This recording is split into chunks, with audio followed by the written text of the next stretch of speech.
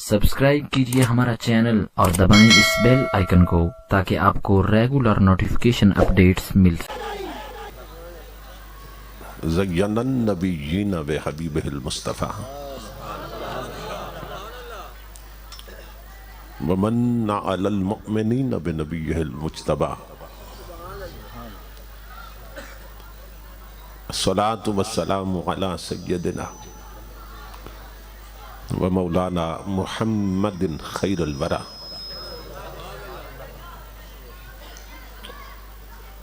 وعلى آلہ واصحابہ المتأدبین بالتقوی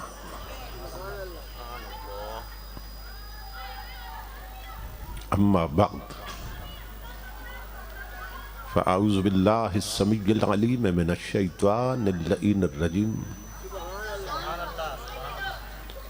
بسم اللہ الرحمن الرحیم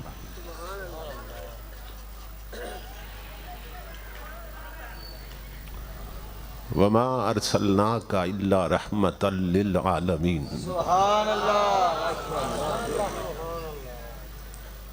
صدق اللہ مولانا العظیم ان اللہ وملائکتہ یصلون علی النبی یا ایہا الذین آمنوا صلوا علیہ وسلموا تسلیما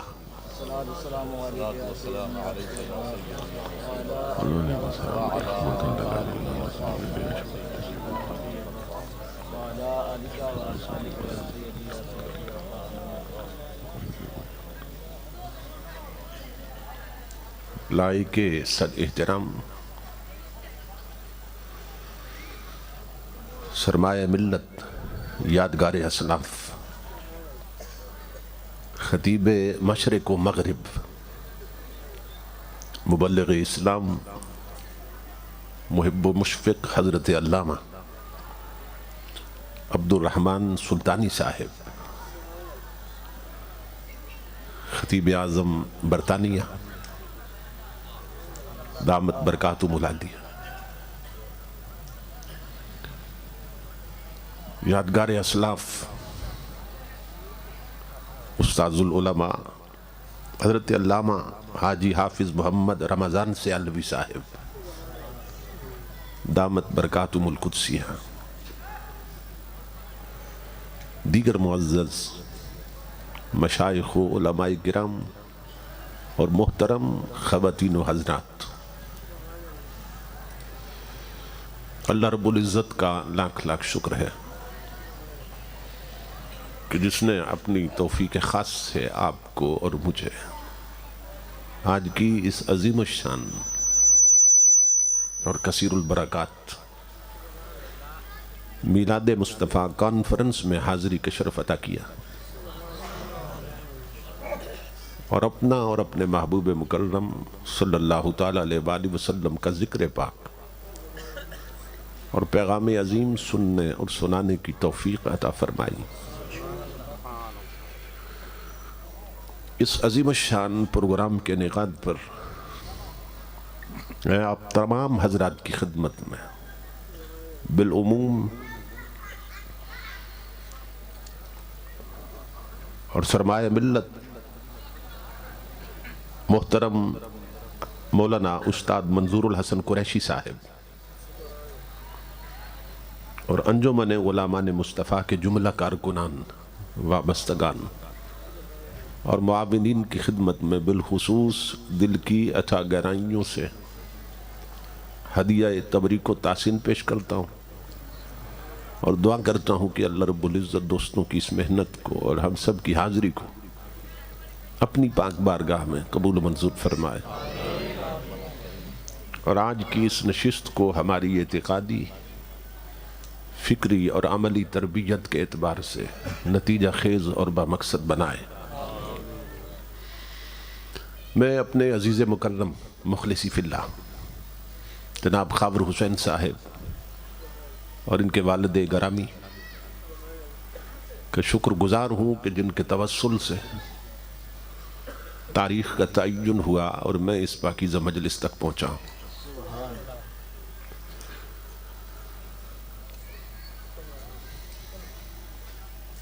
چونکہ مائیں بہنیں بیٹیاں بھی خطاب سننے کے لیے تشریف فرما ہیں، تو میں کوشش کروں گا کہ ان کے لیے جو نبی اکرم صلی اللہ تعالیٰ علیہ وآلہ وسلم کی تعلیمات ہیں اور ارشادات ہیں وہ بھی کچھ بیان کروں، تاکہ وہ بھی کچھ سیکھ کے جائیں، کچھ سمجھ کے جائیں۔ یہ یاد رکھیے کہ جس سوسائٹی اور جس معاشرے کی عورت سنور جاتی ہے وہ معاشرہ سنور جاتا ہے، اور جس معاشرے کی عورت بگڑ جاتی ہے وہ معاشرہ بگڑ جاتا ہے۔ نبی اکرم صلی اللہ تعالیٰ علیہ وآلہ وسلم کا معمول یہ تھا کہ آپ ہفتے میں عام طور پہ 3 بار خطاب فرمایا کرتے تھے۔ ایک دن مردوں سے خطاب فرماتے تھے اور 2 دن عورتوں سے خطاب فرمایا کرتے تھے۔ اس سے اندازہ ہوتا ہے کہ نبی اکرم صلی اللہ تعالیٰ علیہ وآلہ وسلم کی نگاہ پاک میں عورتوں کی دینی تربیت کتنی ضروری تھی۔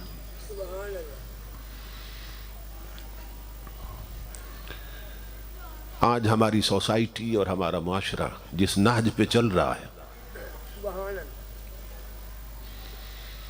یہ ایسی دلدل میں گرنے والا ہے کہ اگر ہم نے احساس سے ذمہ داری کا ثبوت نہ دیا تو نسلیں برباد ہو جائیں گی۔ ان محفلوں کا مقصد یہ ہے کہ آنے والے کچھ سیکھ کے جائیں، کچھ سمجھ کے جائیں، اپنی سوچ بدل لیں، اپنا کردار بدل لیں، اپنی فکر کو بدل لیں۔ آنکھ بند ہونے کی دیر ہے۔ قبر میں پہنچتے ہی ٹوٹلی طور پر، کلی طور پر حضور کا دین شروع ہو جائے گا۔ وہاں نہ دنیا کا عہدہ پوچھا جائے گا، نہ ذات پوچھی جائے گی۔ وہاں پوچھا جائے گا مر ربک، تیرا رب کون ہے؟ اور جس نے اللہ کے گھر میں جا جا کے اللہ کی پہچان پیدا نہیں کی ہوگی وہ جواب نہیں دے سکے گا۔ پوچھا جائے گا وما دینک، تیرا دین کیا ہے؟ تو جس نے دین نہیں اپنایا ہوگا وہ جواب نہیں دے سکے گا۔ آج ہم سمجھتے ہیں، جانتے ہیں کہ قبر میں یہ سوال ہونے اور یہ جواب ہونے، لیکن جس نے اپنے عملوں کے ساتھ حضور کی غلامی کا رنگ نہیں لیا وہ قبر میں ٹھیک ٹھیک سوالوں کے جواب نہیں دے سکے گا۔ یہ ذہن میں رکھیے۔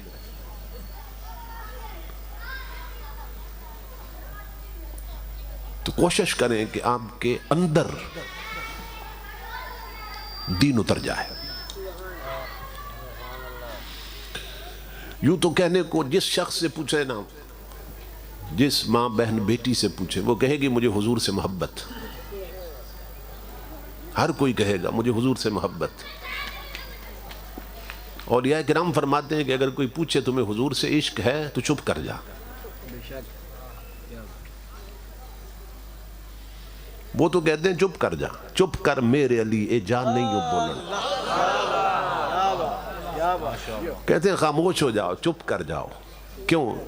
اگر کہو کہ عشق نہیں ہے تو کافر ہوتے ہو، اور اگر کہو کہ عشق ہے تو منافق ہوتے ہو،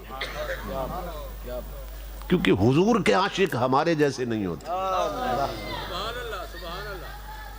حضور کے عاشق ہمارے جیسے نہیں ہوتے ہیں کہ سروں سے دوپٹے اترے ہوں اور بے پردہ بازاروں میں پھریں، تو حضور کی عاشق ایسی نہیں ہوتی۔ ٹچ موبائلوں میں انڈیا کی فلمیں دیکھیں اور حضور کے عاشق ہوں، حضور کے عاشق ایسے نہیں ہوتے۔ چھتوں پہ 2 ڈشیں لگی ہوں اور پوری دنیا کے چینلز کے بے حیائی کے مناظر گھر کے اندر دیکھے جائیں تو ایسے لوگ حضور کے عاشق نہیں ہوتے. کمزوروں اور بھائیوں کی زمینوں پہ قبضہ کر لیں اور حضور کے عاشق ہوں. حضور کے عاشق ایسے نہیں ہوتے. تولتے ہوئے ترازو میں ڈنڈی ماریں اور حضور کے عاشق ہوں. حضور کے عاشق ایسے نہیں ہوتے. ملاوٹ والا مال بیچیں اور حضور کے عاشق ہوں. حضور کے عاشق ایسے. شادیوں پر ڈیک لگا کر انڈیا کے گانے چلائیں اور سنیں. حضور کے عاشق ایسے نہیں ہوتے. ڈھولکی کی تھاپ پر رقص کریں. حضور کے عاشق ایسے نہیں ہوتے. تو جس کی پشت پہ ہاتھ رکھو وہ کہتا ہے میں عاشق رسول ہوں. مگر یہ عشق اتنا کمزور ہے کہ جو آذان سن کے مسجد نہ پہنچا سکے وہ پل صراط سے گزر کر حضور کے قدموں تک کیسے لے جائے گا. کیا بات ہے، کیا بات. جو دکان سے اٹھا کر مسجد نہ پہنچا سکے حضور کا عشق اور محبت وہ پل صراط سے گزار کر جنت کیسے پہنچائے گا. کہ جو بال سے باریک ہے اور تلوار سے تیز اور سیدھی نہیں ہے. جب ہم کہتے ہیں نا پل صراط تو لوگ یہ سمجھتے ہیں جیسے ہمارے دریاؤں پہ پل بنے کوئی اس طرح کا پل ہوگا یا نہروں پہ پل بنے. یہ تو برابر ہوتے ہیں، پلین ہوتے ہیں. تو وہ پل ایسا نہیں ہے. وہ ایسا ہے جیسے لکڑی کی سیڑھی دیوار کے ساتھ رکھ دی جائے. جو پل صراط بال سے باریک ہے تلوار سے تیز ہے. اور یہ حدیث پاک میں ہے. بعض نادان لوگ اس کا مذاق اڑاتے ہیں. یہ حدیث میں ہے کہ بال سے باریک ہے اور تلوار سے تیز اور یوں ٹیڑھا رکھا ہے سیڑھی کی طرح اور ہے بھی اندھیرے میں. ماؤں بہنوں بیٹیوں اس پل کو نہ بھولو اور اس پل کو نہ بھولو جب اس سے گزرنا ہے بھی اندھیرے میں. ہر شخص نے اپنے عملوں کی روشنی میں اسے کراس کرنا ہے. تو اتنی باریک شے اور اتنی تیز شے جب اس پر چلنے کی پریکٹس نہیں ہے تو وہاں سے گزریں گے کیسے. بھئی بال سے بھی باریک ہے اور تلوار سے تیز ہے. جب مشق نہیں کی، ایکسرسائز نہیں ہے، پریکٹس نہیں ہے تو اتنی باریک شے سے گزریں گے کیسے. تو علماء فرماتے ہیں کہ اس دنیا میں پریکٹس کرنی ہے. ہم دیکھتے ہیں بعض لوگ رسہ باندھ کے نا درختوں کے ساتھ دونوں سمتیں تو رسے پہ چلتے ہیں. تو لوگ حیران ہوتے ہیں کہ جی وہ رسے پہ چل رہا ہے. تو اچانک گھر سے اٹھ کے نہیں آیا اور چلنا شروع کر دیا. اس کے پیچھے اس کی کئی سال کی محنت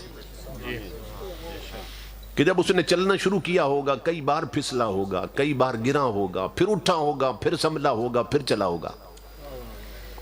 تو مشق اور پریکٹس کر کر کے نا وہ رسے پہ چلنے لگ جاتا ہے. تو سوال یہ ہے پل صراط اتنی باریک ہے اور اتنی تیز تو اس کی مشق کہاں کرنی ہے اسی دنیا میں. اس پر چلنے کی پریکٹس یہاں کرنی ہے. تو سوال یہ ہے یہاں اتنی تیز چیز کون سی ہے کہ جس پر چل کے پریکٹس ہو جائے. تو اولیاء نے فرمایا اور علماء نے فرمایا کہ بے حسی کے اس معاشرے میں، بے حیائی کے اس ماحول میں، برہنگی کے اس دور میں کہ جب گھروں میں انڈیا کی فلمیں چلتی ہیں بہو بیٹیاں ٹچ موبائلوں پر آنکھوں کی بدکاری میں مبتلا رہتی ہیں، جب شادیوں پہ ڈول بجتے ہیں، گانے چلتے ہیں، بے حسی کے اس دور میں، فتنوں کے اس دور میں آج کملی والے کی شریعت پہ چلنا ہی پل صراط پہ چلنا ہے.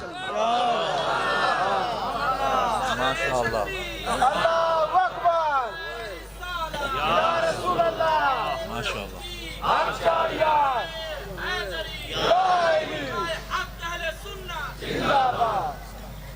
سمجھ رہے ہیں؟ تو یہ یاد رکھیے اللہ کی عزت کی قسم، جو یہاں شریعت پہ نہ چلا وہ وہاں پل صراط پہ نہیں چل سکے گا،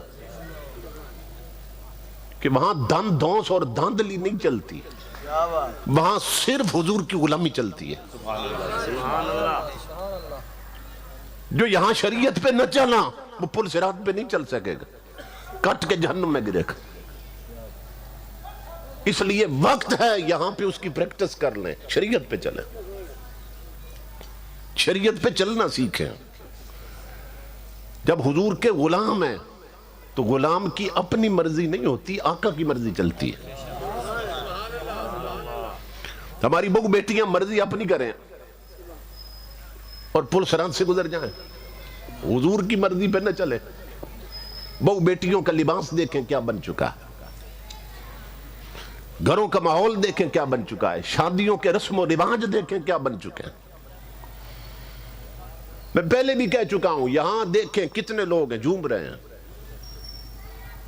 نعرے لگا رہے ہیں، داد اور امداد دے رہے ہیں، مگر اگر ہاتھ کھڑے کرواؤں جو میں نہیں کرواؤں گا تو اکثریت بیٹھنے والوں کی عشاء پڑھ کے نہیں آئی اور فجر جا کے نہیں پڑے گی۔ یہاں کوئی سیاسی جلسہ نہیں ہو رہا ہے، ہر چیز کی ایک پہچان ہوتی ہے۔ بہت سے لوگ ننگے سر آئے بیٹھے ہیں، کیوں؟ اس لیے کہ وہ آداب سے ہی واقف نہیں تھے۔ آپ ہر سال یہ محفل کرواتے ہیں، کتنے لوگ ننگے سر آئے بیٹھے ہیں، اور ننگے سر کیوں آئے بیٹھے؟ اس لیے کہ عشاء پڑھ کے نہیں آئے۔ عشاء پڑھی ہوتی تو سر پہ کوئی کپڑا رکھ لیا ہوتا اور وہ پڑھ کے سیدھے مجلس میں آ جاتے۔ ننگے سر آئے بیٹھے اور گمان غالب یہ ہے کہ وضو بھی کر کے نہیں آئے۔ محفلیں نہ رہیں، میلے بن گئے، میلے بن گئے کہ سگریٹ پینے کو جی چاہا، اٹھا کچھ لگایا اور پھر محفل میں آ کے بیٹھ گئے۔ امام الانبیاء کے غلاموں، مندر بھی اینٹ اور پتھر سے بنتا ہے، گرجا بھی اینٹ اور پتھر سے بنتا ہے، مسجد بھی اینٹ اور پتھر سے بنتی۔ آپ صرف نقشہ دیکھ کر پہچانتے ہیں یہ مندر ہے اور یہ مسجد ہے، سمجھ رہے؟ تو سوال یہ ہے، جب محمد عربی کی امت ہیں تو پھر یار کی شکل بنا کے کیوں نہیں رہتے؟ نعرے تکبیر، نعرے رسالت، نعرے تحقیق، نعرے حیدری۔ سمجھ رہے ہیں؟ نقشے سے پتہ چلتا ہے یہ مسجد ہے کہ مندر ہے۔ جب تاجدار کائنات کے غلام ہیں پھر حضور کی صورت کیوں نہیں بنائی؟ اگر من میں حضور کی محبت ہے تو چہرے کا نقش بدلا کیوں نہیں ہے؟ یہ توجہ طلب بات۔ جس کی صورت حضور سے نہ ملے، جس کی سیرت بھی حضور سے نہ ملے، پھر کہے میں امتی ہوں تو وہ جھوٹ بول رہا ہے۔ حضور کی اداؤں کو اپناؤ۔ یہ جو داڑھی ہے نا، اس پر تو توجہ ہی نہیں کسی نے دی۔ اللہ کے کچھ فرشتے ہیں جو قسم کھاتے ہیں، قسم کھاتے ہیں، اور جانتے ہیں فرشتے کیسے قسم کھاتے ہیں؟ ہم انسان ہیں نا، ہم قسم کھاتے ہیں مجھے اللہ کی قسم، یا ہم کہتے ہیں مجھے قرآن کی قسم۔ فرشتے جانتے ہیں کیسے قسم کھاتے ہیں؟ وہ کہتے ہیں بلذی زین الرجال باللہا۔ فرشتے کہتے ہیں ہمیں اس اللہ کی قسم جس نے مردوں کے چہروں کو داڑھیوں سے سجا دیا ہے۔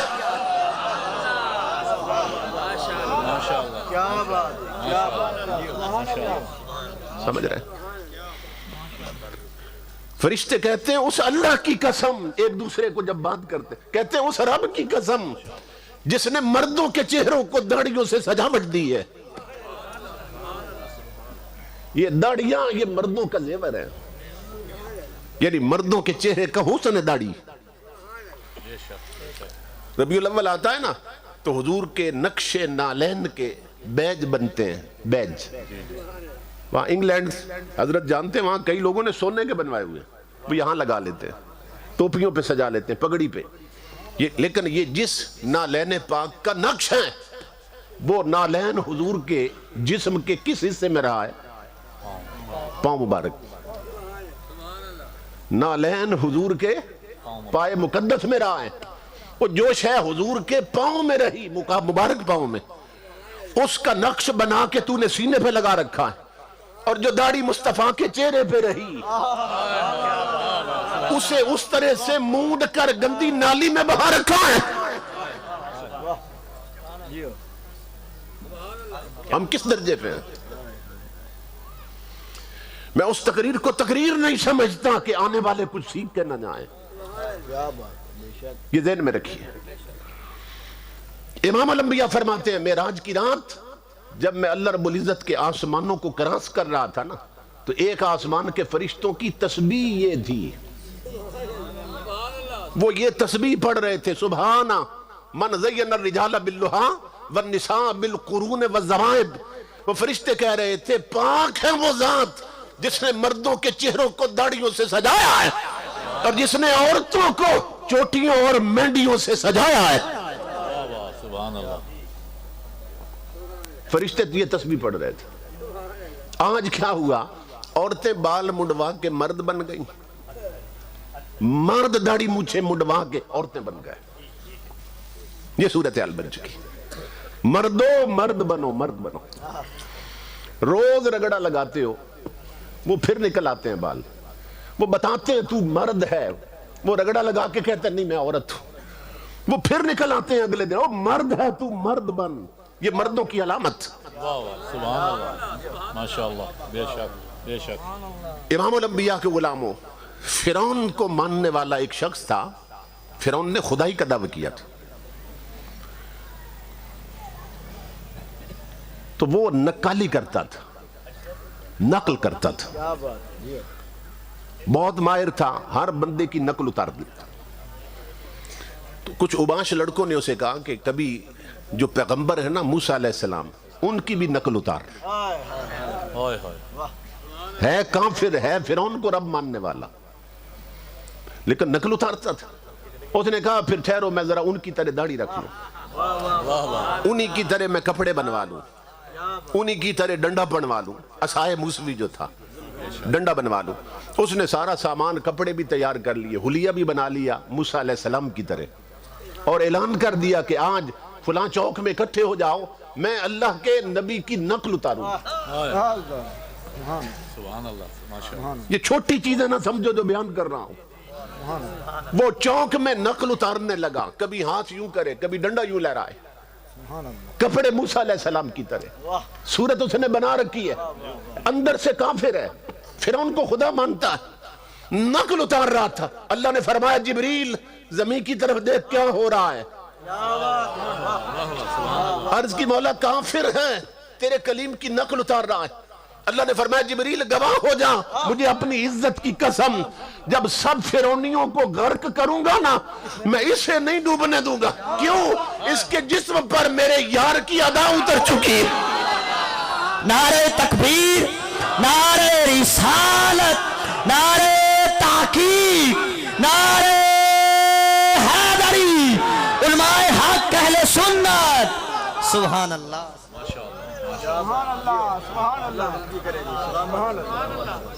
میرے آقا کے غلاموں ہو، جس کے صرف جسم پر اترے اندر کفر ہو، اسے نہیں ڈبویا جاتا۔ اور اگر تیرے تن پر شریعت ہو اور من میں مصطفیٰ، تو دنیا کے سیلاب تجھے غرق نہیں کر سکیں گے۔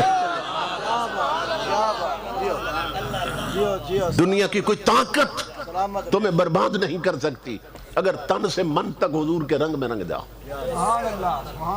یہ جلسے اس لیے ہیں کہ اپنی شکلیں حضور کی صورت سے ملاؤ، اپنے چہرے حضور کے چہرے سے ملاؤ، اس لیے کہ یہی ہماری آئیڈینٹی ہے، یہی پہچان ہے۔ اسلامک آئیڈینٹی ختم کی جا رہی ہے۔ یہاں تو ٹرانسجینڈر بل پیش کیے جا رہے ہیں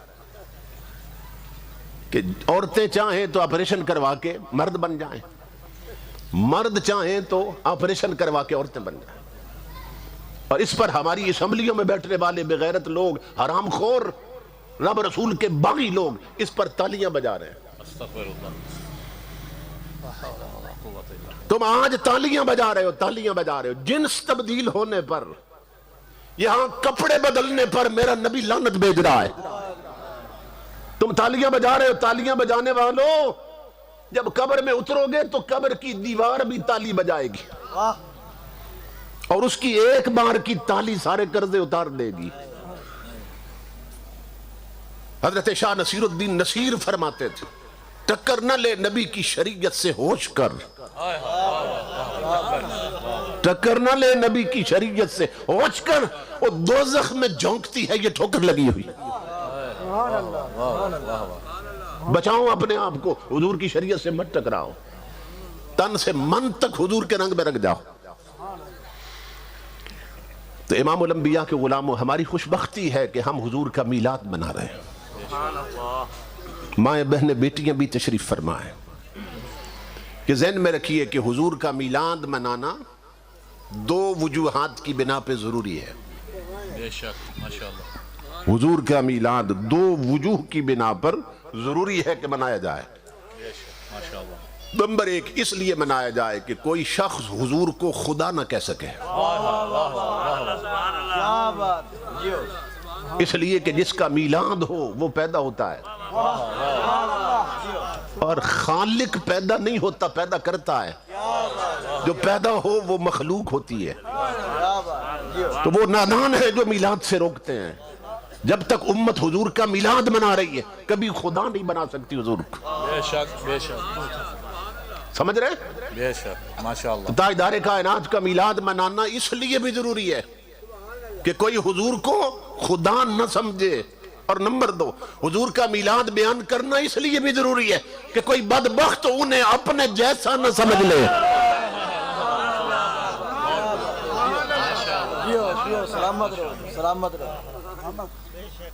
یہ ذہن میں رکھیے، بیان کیا جائے تاکہ کوئی انہیں اپنے جیسا نہ سمجھ لے۔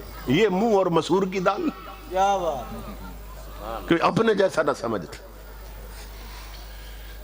آج ہم میلاد بیان کرتے ہیں تو اس کے مقابلے میں سیرت النبی کے جلسے ہوتے ہیں، تو وہاں سیرت بیان نہیں ہوتی، وہاں ٹائٹل لگاتے ہیں سیرت، کیونکہ سیرت اس وقت تک بیان ہو ہی نہیں سکتی جب تک تین چیزیں بیان نہ کی جائیں۔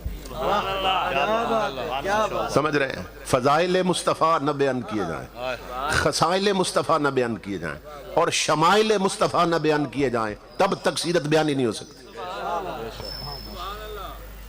اور وہ کیسے بیان کرتے ہیں؟ حضور مکہ میں پیدا ہوئے تھے تو مکہ میں اور کوئی پیدا نہیں ہوا، کہتے ہیں اور حضور کی والدہ کا نام آمنہ تھا، تو اور کسی کی والدہ کا نام بھی تو آمنہ ہو سکتا ہے۔ بے شک آپ کے والد کا نام عبداللہ تھا، تو اور بھی کوئی عبداللہ نام کا بندہ کسی کا والد ہو سکتا ہے۔ مکہ میں پیدا ہوئے، تو نے تاریخ بیان کی اور ٹائٹل سیرت بنا دیا۔ آؤ میں بتاؤں سیرت کیسے بیان ہوتی ہے۔ یہ سیرت بیان کر رہا ہے، حضور 9 ماہ تک ماں کے بطن مقدس میں رہے تھے، اور ساتھ بتائیں گے دیکھو نا جی ہمارے جیسے تھے نا، ہم بھی ماں کے پیٹوں میں رہے، وہ بھی رہے، تو ہمارے جیسے وہ اگلی بات بھی بتا اور ماں سے پوچھ کے بتا کہ جب تو پیٹ میں آیا تھا تو کتنی الٹیاں لگی تھی اس سے، پھر اچار کھاتی تھی، جی متلاتا تھا، طبیعت خراب ہوتی تھی، پھر مٹی چاٹتی تھی، پھر املی کھاتی تھی، جب تو آیا تھا تو جو کھاتی تھی الٹا نکلتا تھا۔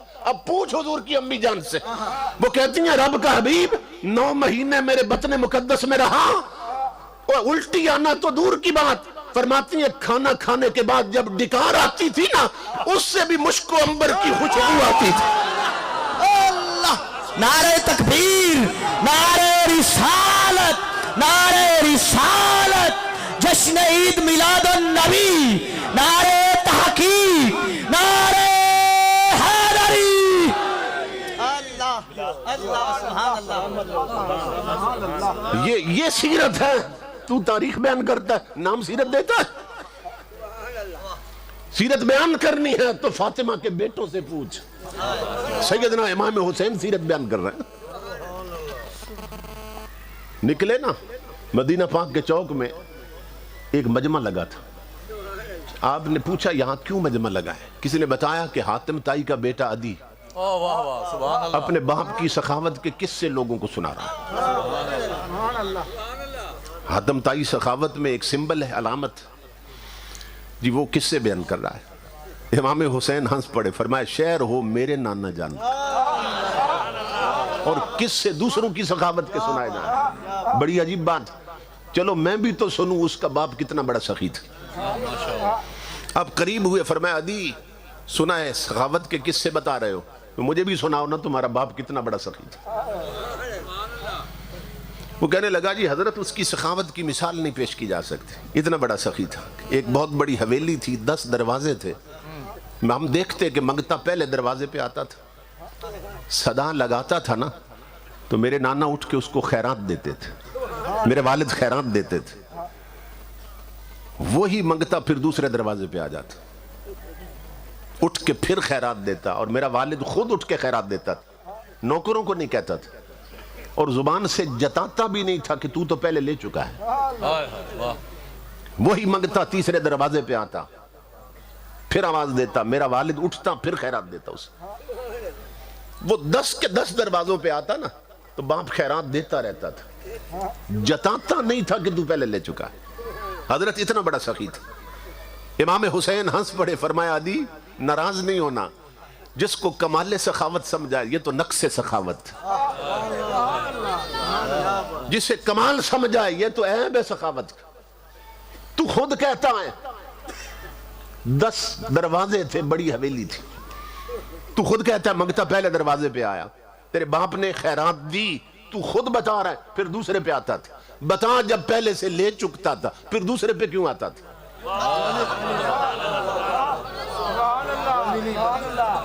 اس کا مطلب ہے ابھی جولی نہیں برتی تھی، ابھی طلب پوری نہیں ہوتی تھی، تب دوسرے پہ آتا۔ تو کہتا ہے دوسرے سے لے کر پھر تیسرے پہ آتا تھا، تو تیرا باپ کیسا سخی تھا کہ منگتوں کو دروازے پھر آتا رہتا تھا اور منگتا پھر منگتا رہتا تھا۔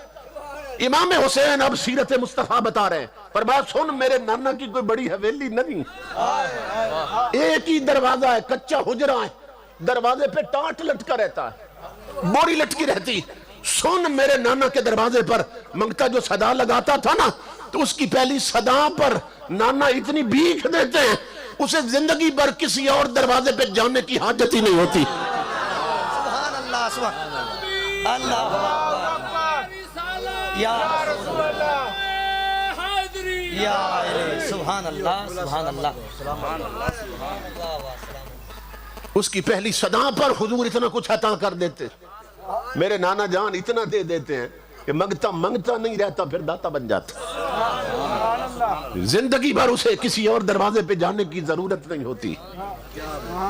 یہ صرف امام عالی مقام کی بات نہ تھی، تاریخ پڑھ کے دیکھو، جب منگتا گیا تھا خیرات لینے تو علی حجویری تھا، بھیک لے کے پلٹا تو داتا گنج بخش بن گیا تھا۔ جب منگتے نے منہ کیا تھا مدینے کی چوکھٹ کی طرف تو صرف محمد باہو تھا، کملی والے کی بھیک ملی تو سلطان العارفین بن گیا، اور منگتے نے جب جولی پھیلائی تو صرف احمد رضا تھا، بھیک ملی تو اعلی حضرت بنا ہے۔ منگتے نے جب صدا دی تھی تو احمد سرہندی تھا، بھیک ملی تو مجدد علمسانی بنا ہے۔ منگتے نے جولی پھیلائی تھی تو صرف شمس الدین تھا، خیرات پا کے پلٹا تو شمس العارفین بنا ہے۔ اور منگتے نے جولی پھیلائی تو صرف قمر الدین تھا، مدینے کی بھیک ملی تو شیخ الاسلام بنا ہے۔ منگتا جھکا تھا تو صرف خادم حسین رضوی تھا، اور بھیک ملی تو امیر المجاہدین بنا ہے۔ تاجدار ختم نبوت، زندہ باد، زندہ باد، تاجدار ختم نبوت، زندہ باد، زندہ باد، تاجدار ختم نبوت، زندہ باد، زندہ باد۔ لبیک لبیک یا رسول اللہ، لبیک لبیک لبیک یا رسول اللہ، لبیک لبیک لبیک یا رسول اللہ، لبیک لبیک لبیک یا رسول اللہ، لبیک لبیک لبیک یا رسول اللہ، لبیک لبیک لبیک یا رسول اللہ، لبیک لبیک لبیک یا رسول اللہ، لبیک لبیک۔ اس دروازے کے منگتے منگتے نہیں رہتے، کوئی داتا بنتا ہے، کوئی سلطان بنتا ہے، کوئی اعلی حضرت بنتا ہے، کوئی امیر المجاہدین بنتا ہے۔ ماشاءاللہ، مدینے سے خیرات آتی ہے تو پھر رنگ یہ بنتا ہے، میں کئی بار چیلنج کر چکا ہوں، تحریک پر آج تک ظلم توڑے جا رہے ہیں، لبیک پر کارکن شہید ہوئے، گولیاں چلی، ویل چیئر پہ بیٹھنے والے عاشق رسول نے مارے کھائیں اور مارے کھان کے بھی ہنستا رہا۔ پولیس والے حیران ہو کے پوچھتے تھے تو ہنستا کیوں ہے مار کھا کے؟ تو وہ کیا فرماتے تھے؟ وہ فرماتے تھے کہ جن کی تم ڈیوٹی دے رہے ہو تمہیں نہیں دیکھ رہے، جس کی میں کر رہا ہوں مدینے والا مجھے دیکھ رہا ہے۔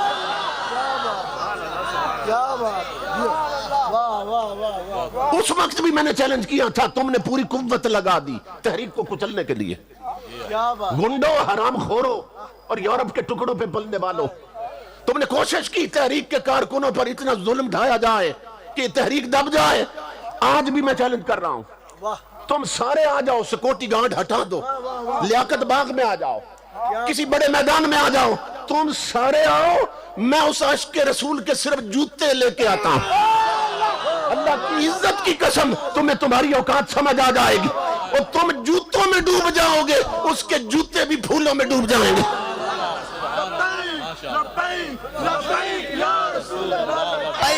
لبیک لبیک یا رسول اللہ، لبیک لبیک لبیک یا رسول اللہ، لبیک لبیک لبیک یا رسول اللہ۔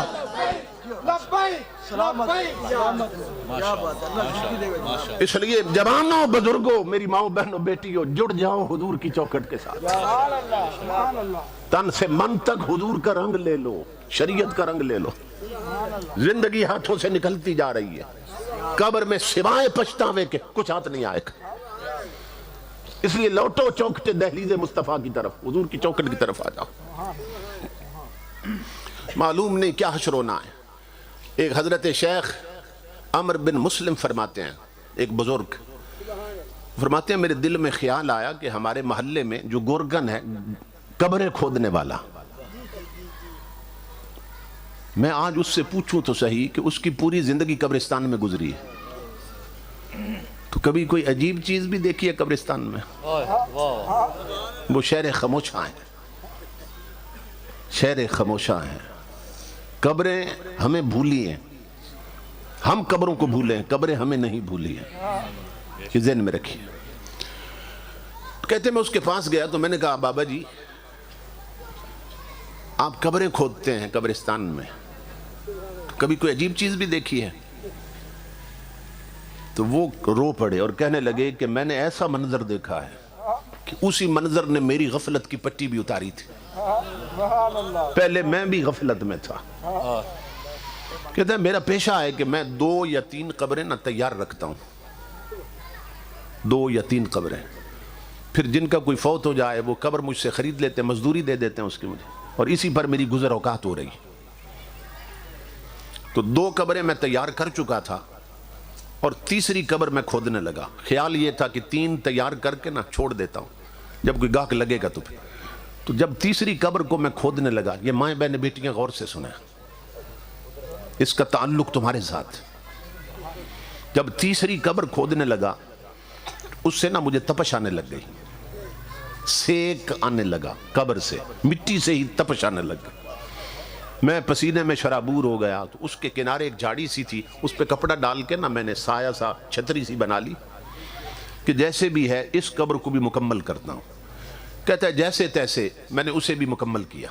اب 3 قبریں تیار تھیں اور میں سامنے درخت کے سائے میں بیٹھا اپنے گاہک کا انتظار کر رہا تھا۔ کہتا ہے اللہ کی عزت کی قسم میں نے دیکھا آسمان سے 2 سوار اترے ہیں، سواری انہوں نے وہاں چھوڑی اور جو پہلی قبر تھی نا اس کے پاس آ گئے، ایک سر کی طرف، دوسرا پاؤں کی طرف کھڑا ہوا۔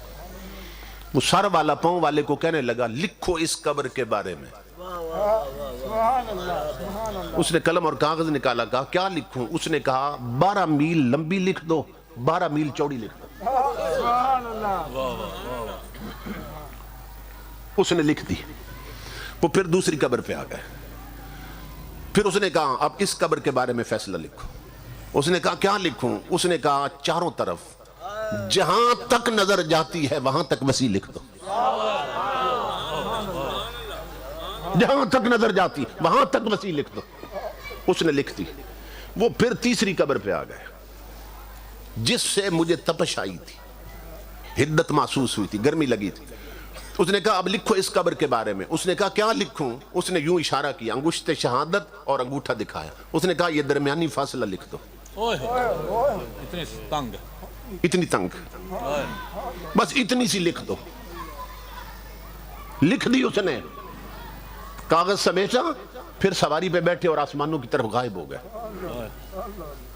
میرے رب نے مجھے یہ منظر دکھا دیا، قبروں کی حالت بتا دی کہ کیا ہونے والا ہے.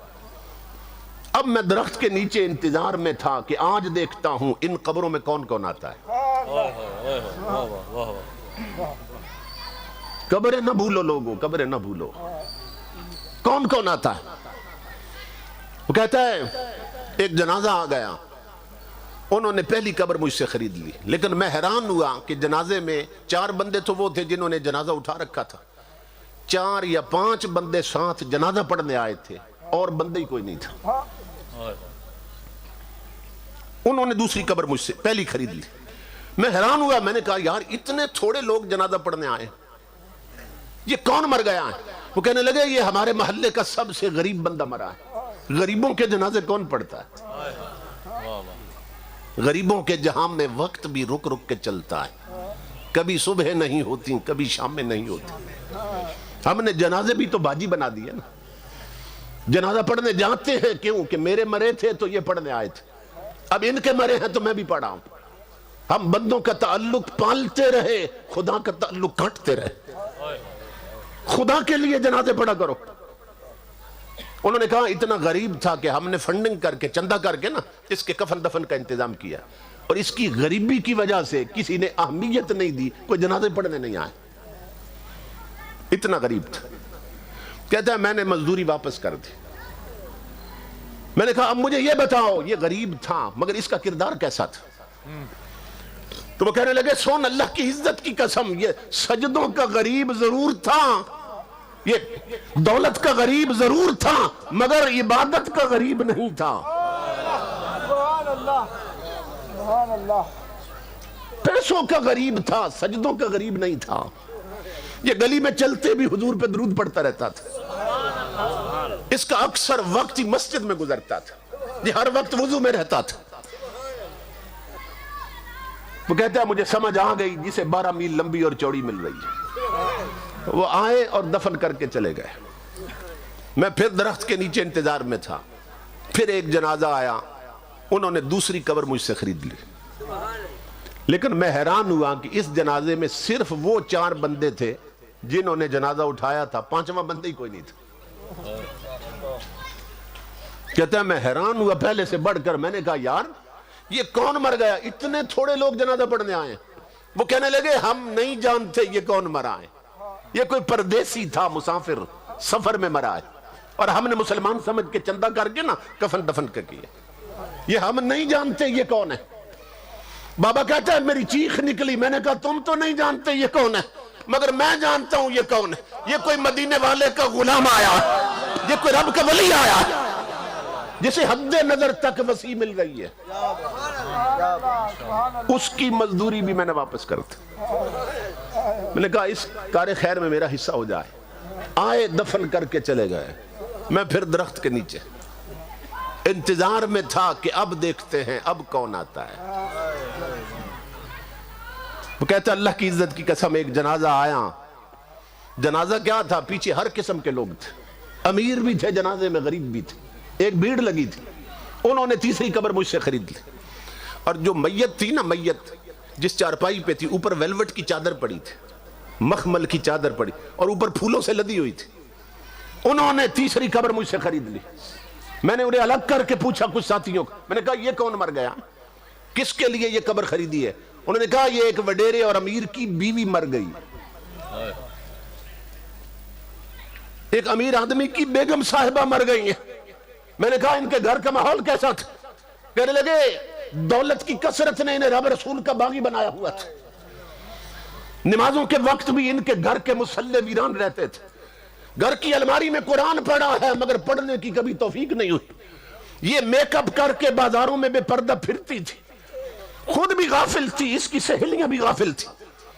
وہ کہتا ہے عامر بن مسلم اس دن میری پٹی بھی اتری غفلت کی، اور مجھے یہ بات سمجھ آ گئی، تم چودھری ہو، ملک ہو، مار ہو، ڈاکٹر، انجینئر ہو، وزیر ہو، بادشاہ ہو، سنو، یہاں قبروں کے اندر عہدے نہیں چلتے، ذاتیں نہیں چلتے، یہاں صرف مدینے والے کی غلامی چلتی ہے۔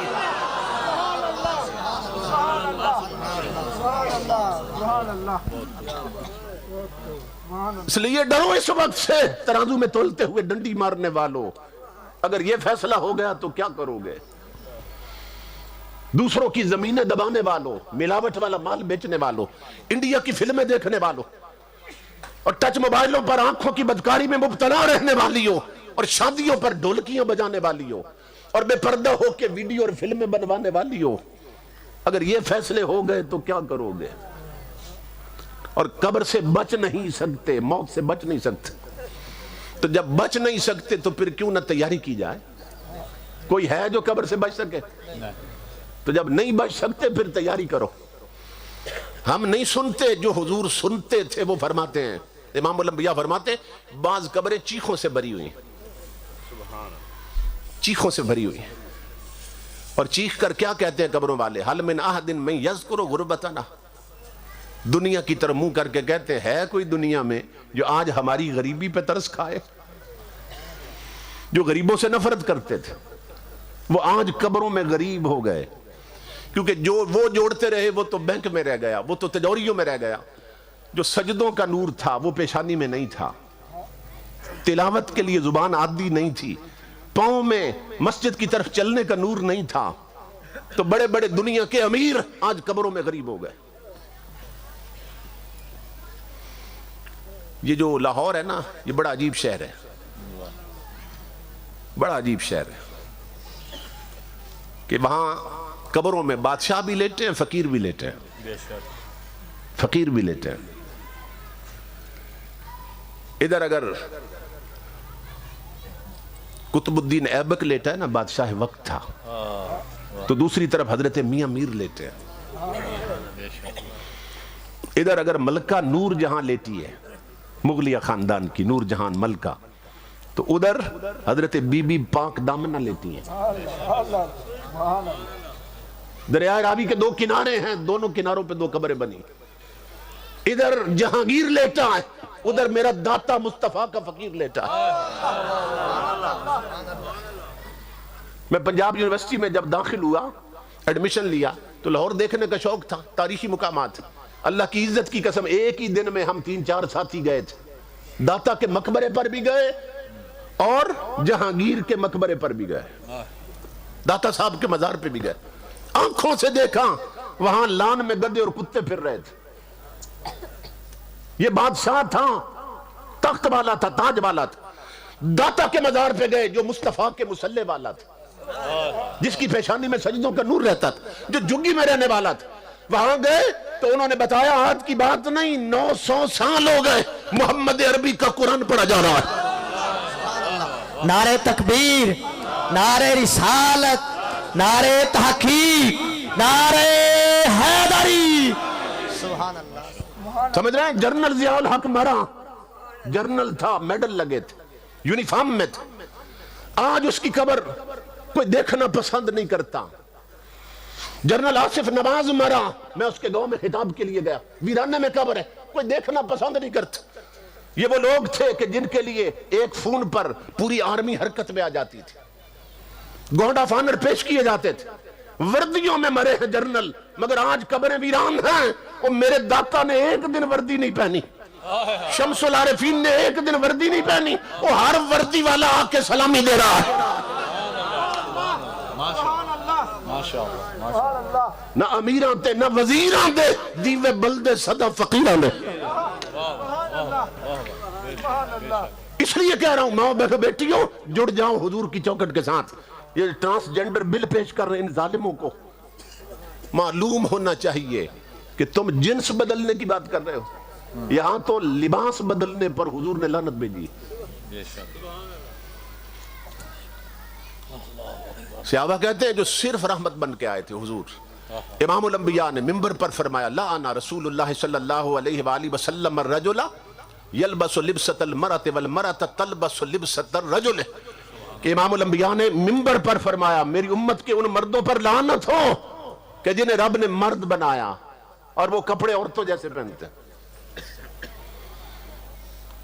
اور میری امت کی ان عورتوں پر لعنت ہو حضور نے فرمایا جنہیں رب نے عورت بنایا اور وہ کپڑے مردوں جیسے پہنتے۔ لباس رکھو مردوں والا۔ یہاں لباس پر مجھے حضور شیخ الاسلام کی بات یاد آ گئی۔ آپ جانتے ہیں آپ سفید رنگ کا ایک کرتا پہنتے تھے، نیلے رنگ کی چادر باندھتے تھے، تو وہاں اسلام آباد میں نا جنرل ضیاء الحق کے دور میں ایک مشائخ کانفرنس کال کی گئی جس میں ساری گدیوں کے پیر گئے، تو یہ اسی چادر میں نہ چلے گئے،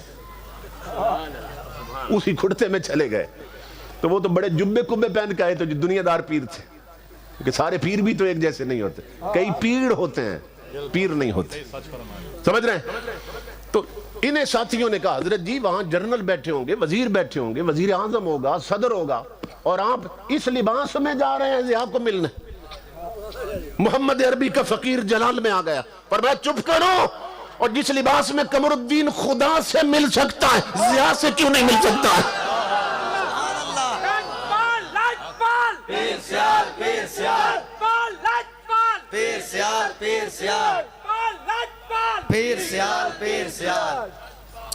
اس لیے یاد رکھو نہ قالینوں سے ہوتی ہے نہ دستاروں سے ہوتی ہے،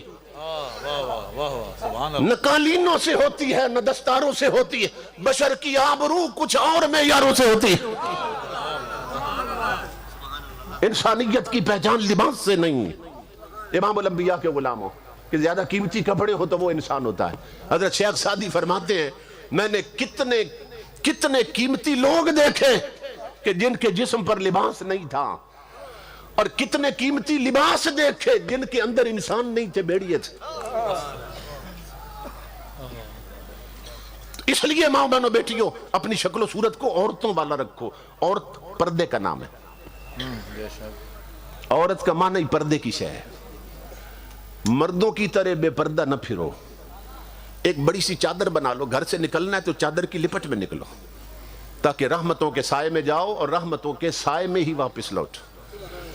جو بے پردہ نکلتی ہیں نا یہ یاد رکھیں وہ لعنتوں میں جاتی ہیں اور لعنتوں میں ہی واپس آتی ہیں، کیونکہ حدیث پاک میں ہے لعن اللہ الناظر والمنظور الیہ، جو بے پردہ گھر سے نکلتی ہے اس پر بھی لعنت، اور جتنے اس کو گھور گھور کے دیکھتے ہیں سب پر لعنت، اور ان سب کی اکٹھی لعنتیں پھر اس ایک پر ڈالی جاتی ہیں کہ یہ نہ نکلتی تو وہ گناہگار کیوں ہوتے۔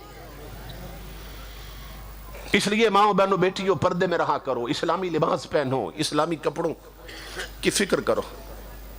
تم فلمی ناگنوں کو ماڈل نہ بناؤ، اللہ توفیق دے تو سیدہ فاطمہ زہرا کی کنیزیں بن جاؤ۔ انہی پر خطاب ختم کر رہا ہوں۔ عید کا چاند نکلا، مدینہ پاک میں عید کا چاند نکلا، حضور خاتون جنت کے گھر تشریف لائے، بیٹی کے گھر، فرمایا فاطمہ مبارک ہو عید کا چاند نکلا ہے۔ عرض کی ابا جی آپ کو بھی مبارک ہو۔ فرمایا فاطمہ تو نے عید کا چاند دیکھا ہے؟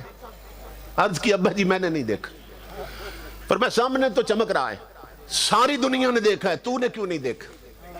آنکھوں میں آنسو آ گئے، ابا جی اسی لیے نہیں دیکھا کہ جس پر اتنی نظریں لگی ہیں فاطمہ اسے کیسے دیکھے؟ سمجھ رہے؟ جس پر اتنی نظریں جمی ہیں فاطمہ اسے کیسے دیکھے؟ اس لیے میری ماں بہنوں بیٹیوں ہاتھ سے یہ ٹچ موبائل گراؤ، سیرت فاطمہ زہرا کی کتابیں اٹھا لو۔ جوانوں ٹچ موبائل چھوڑو، ہاتھوں میں سورہ یاسین رکھو اور گھر کے ماحول کو اسلامی بناؤ۔